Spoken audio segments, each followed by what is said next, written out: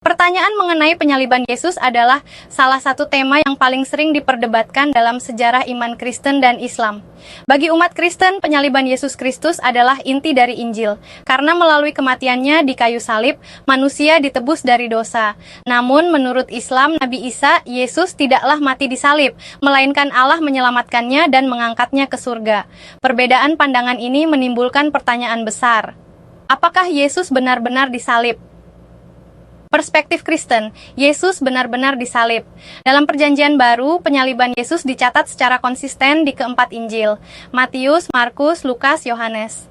Bahkan penyaliban juga disebutkan dalam surat-surat Paulus yang ditulis tidak lama setelah peristiwa itu. Paulus menegaskan bahwa salib adalah pusat iman Kristen.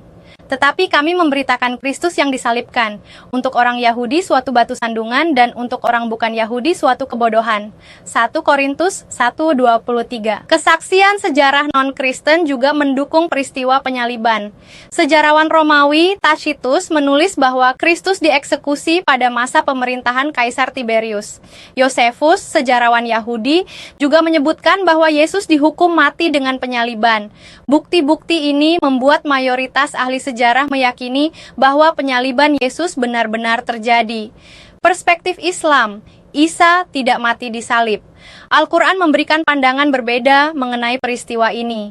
Dalam surah An-Nisa 4:158, Allah berfirman, "Dan karena ucapan mereka, sesungguhnya kami telah membunuh Al-Masih, Isa putra Maryam, Rasul Allah, padahal mereka tidak membunuhnya dan tidak pula menyalibnya. Tetapi yang mereka bunuh ialah orang yang diserupakan dengan Isa bagi mereka. Tetapi Allah telah mengangkat Isa kepadanya." Ayat ini menjadi dasar keyakinan umat Islam bahwa Isa tidak mati di kayu salib, melainkan Allah menyelamatkannya secara langsung. Ada sebagian tafsiran yang menyebutkan bahwa Allah membuat wajah salah seorang murid atau musuh menyerupai Isa, sehingga dialah yang disalib. Bagi umat Islam, kisah ini menegaskan kemahakuasaan Allah yang melindungi nabinya dari kehinaan. Isa tetap hidup, lalu diangkat ke hadirat Allah, dan menurut keyakinan eskatologis Islam, ia akan kembali pada akhir zaman sebagai tanda besar sebelum kiamat. Dialog antar dua pandangan. Perbedaan ini menunjukkan adanya jarak teologis antara Kristen dan Islam. Kristen memandang penyaliban sebagai jalan keselamatan, sementara Islam menolak ide penyaliban sebagai bentuk penyelamatan manusia dari dosa. Islam menekankan bahwa setiap orang bertanggung jawab atas dosanya sendiri, dan Allah mengampuni tanpa perlu adanya pengorbanan salib. Namun, ada juga titik temu yang bisa dipertimbangkan. Kedua tradisi sama-sama mengakui Isa Yesus sebagai sosok istimewa. Lahir dari perawan Maria, melakukan banyak mukjizat, dan akan kembali di akhir zaman. Persoalan penyaliban lebih terkait dengan perbedaan tafsiran wahyu dan teologi, bukan keberadaan pribadi Isa sendiri. Kesimpulan, pertanyaan apakah Yesus benar-benar disalib tidak hanya bersifat historis, tetapi juga teologis.